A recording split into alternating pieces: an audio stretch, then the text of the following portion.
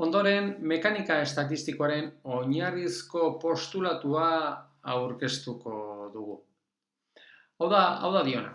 Sistema fisikoetan, mikroegoera gehien, hau da azpimarragarria dana, mikroegoera gehien duen makroegoera da neurtuko duguna.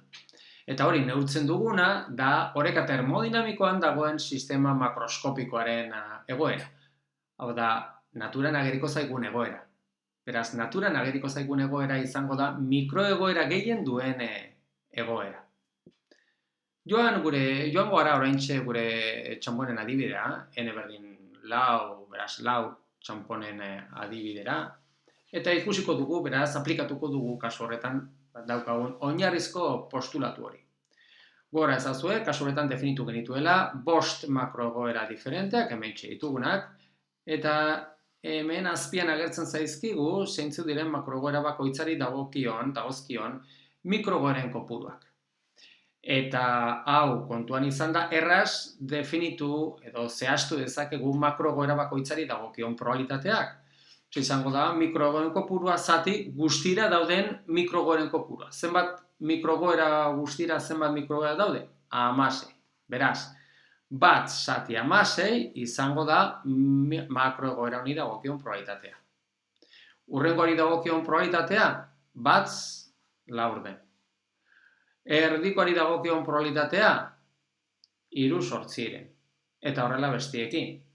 Ikusten duzuenez, zein da probabilitate handiena duen makroegoera? Erdikoa, 2 gorri, 2 urdin. Beraz, oinarrizko postulatua aplikatu ezkero, hau izango litzateke naturan ageriko zaigun egoera. Eta besteak ez.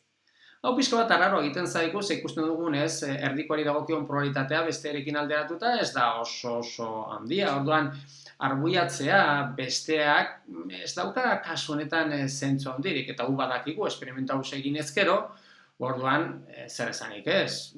Ziurazki ez du zertan eta erdiko hau 2 gorri 2 urdin makroegoera hori ageri behar, bada hau dela beste horiek ere ageri daitezke, probabilitatea pixka bat txikiago izan ezkero, probabilitatearako ez dalako arbuiagarria. Orduan, hori bai, kasu honetan, hau da sistema fisiko bat, hau metxauko adibide bat, non txanponen kopurua 4 dugun, eta, karo, zer esanik ez, sistema fisikoetan agertzen zaizkigun, partikulen kopurua itzela dugu.